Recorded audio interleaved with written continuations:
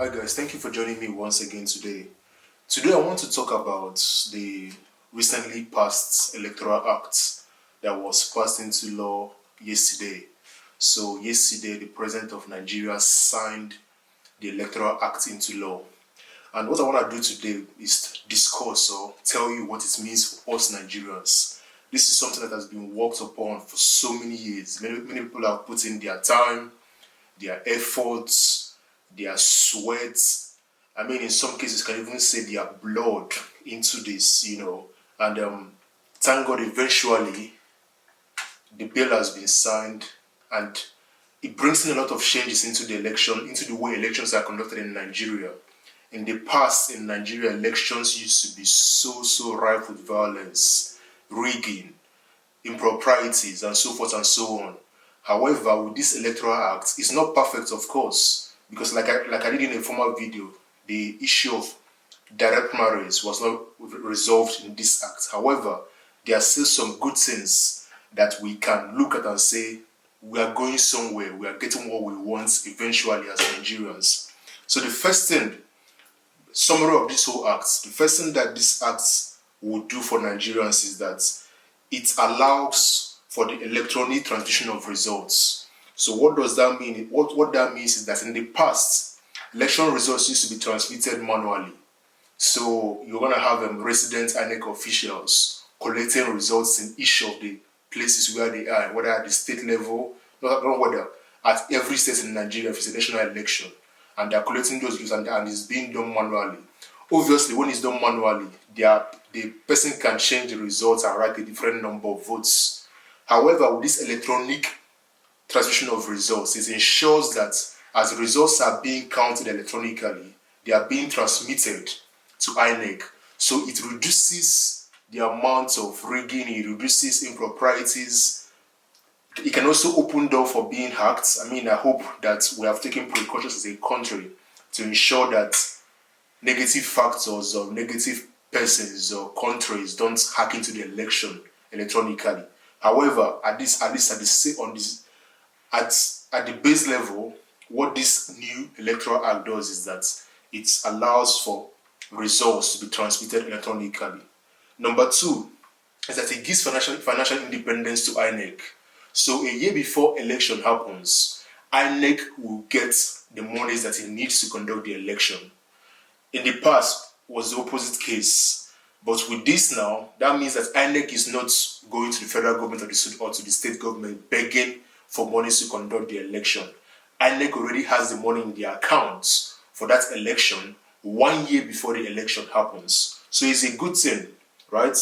The third thing that it does is it includes persons with differently abled persons. I don't call them disability. I don't call them people with disability. I call them differently abled people. So it allows them and it makes it easy for people with special needs to vote in the election. And that thing it does is that it redefines overvoting. So in previous cases, the number of votes sometimes might count more than people that were accredited to vote, right? So people that have their PVC, for example, maybe they were 10. And on the day of election, you have 20 votes rather than 10 votes or less than that. That means there's a miscalculation going on, there's rigging going on. So what this does is that the total number of accredited voters now determines a factor of overvoting. So like I said in the example, if you have 10 accredited voters on the day of the election, it's literally impossible for you to have 20 votes or 30 votes. So that helps a lot. This act makes it easy for you to easily check and see that rigging happened, there was electoral impropriety, something wrong went on in the election. Another thing it does is that electronic voter accreditation. So legal backing for smart card readers and any other voter accreditation technology.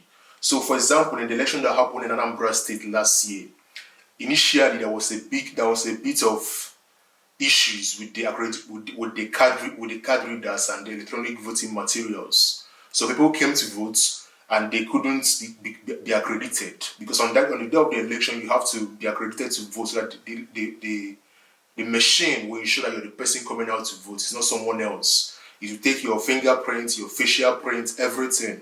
So what this does is that it gives it legal backing. So any election going forward in Nigeria now, you're gonna see electronic voter accreditation. It's not gonna be manual, or it's not gonna be the case as it was before.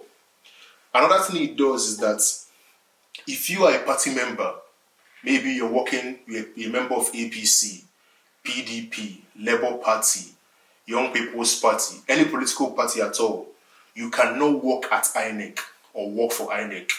So in the past, you had party members working in elections. And because a party member is working in an election, obviously, he's trying to get his or her party person elected.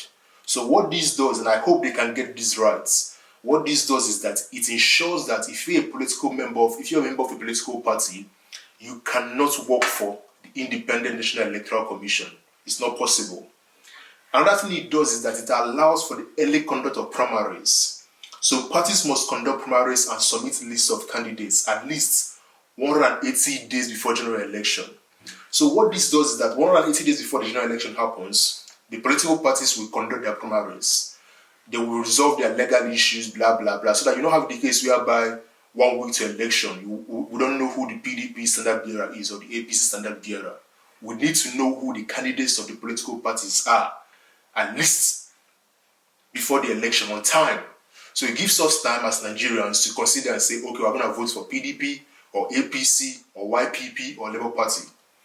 Another thing it does is that elections declared under duress. So in the past, political parties, they use talks, violence. They get the resident electoral commissioner of the states, and under duress, he or she may announce the election. So what this does is that INEC can now review results declared under duress. By INEC being able to review results, it discourages electoral violence. Because if you know that the resident electoral commissioner will say that he announced the election under duress, there's no point doing that in the first place, because INEC can now go back and say, no, the election that was declared under duress. Another thing that it does is that if a candidate dies in an election, so what if before an election happens, the standard bearer of a political party dies, the political candidate, for governor, House of Rep, or Senate dies? Political parties can now conduct a primary election to replace a candidate who dies in an election. That's straightforward. So if person A dies, the political party can organize another primary and select person B or person C. Another thing that it says is that campaigns will have to start early. So campaign session now starts 150 days to election day. So what that does is that campaigns, we as Nigerians will have enough time to review, critique, analyze each and every political candidate that is coming up for a position. So we're not going to have the instance whereby campaigns will not start till, let's say, 1 or 2 months before election. 150 days, that's like 6 months. Yeah, 6 months and 20 days, right? Yeah, I think so, 6 months and 20 days. So that gives us enough time as Nigerians. Is it 6 months or 5 months? Sorry, 5 months and 20 days, I think, yeah. That gives us enough time as Nigerians to decide that person A or person B or person C is the best person for us. So what else we have here? I think that's, in summary, I think that's it. For me, what's my takeaway from this, apart from everything I've told you? Slowly but surely, we are getting what we want as Nigerians. The thing about Nigeria is that we want to be moving from 0 to 100 very quickly. But in Nigeria, we are moving 0, 1, 2, 3, 4. And when you look at what other countries are doing, America, Asia, the continent of Asia, look at Europe, UK, Germany. When you look at what they are doing in their countries and how fast they are moving, they're talking about going to Mars, going to different planets. When you look at what Nigeria is doing and how slow we are, this thing about Electoral Act should have been done years ago. Countries today do this things already. I don't know any developed country that does manual transition of election results. So, like I said, slowly but surely we are getting what we want. It may take time, and it will take time for the effects of these things to be seen.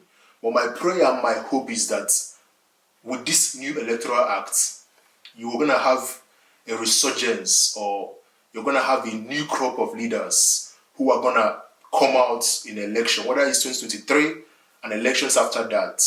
Hopefully young people, people of integrity, people of conviction, people that believe in something, not just any charlatan. Hopefully we'll come to that point, and with this Electoral Act, that will help as well to push forward people that are good and nice and love Nigeria and want to do good, to come out for public positions, and hopefully they get elected. So in conclusion, what I'm going to say is this. Normally, if the ATM machine gives you money, you shouldn't thank the ATM machine for giving you money. People have been commending Buhari for signing these Electoral Acts. And normally I say, that's your job as a leader. That's your job to do good for us. We shouldn't clap our hands and thank you for doing something that you should normally do. However, we still have to commend him for what he did. There are so many mistakes that Buhari has made, and we will judge him for that now and when he leaves the office. We're going to remember him as, in my opinion, the worst president ever in Nigeria.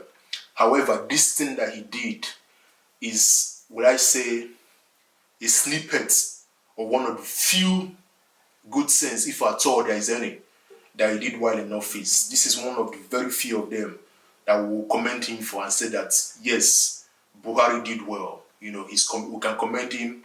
Hopefully, like I said, this Electoral Act will move Nigeria forward. And once again, guys, thank you for listening. Hopefully, you let me know what you think about this Electoral Act. Please comment in the comment section below. Share this video with your friends if you like this video. Please don't forget to subscribe. Don't forget to leave your comment section below.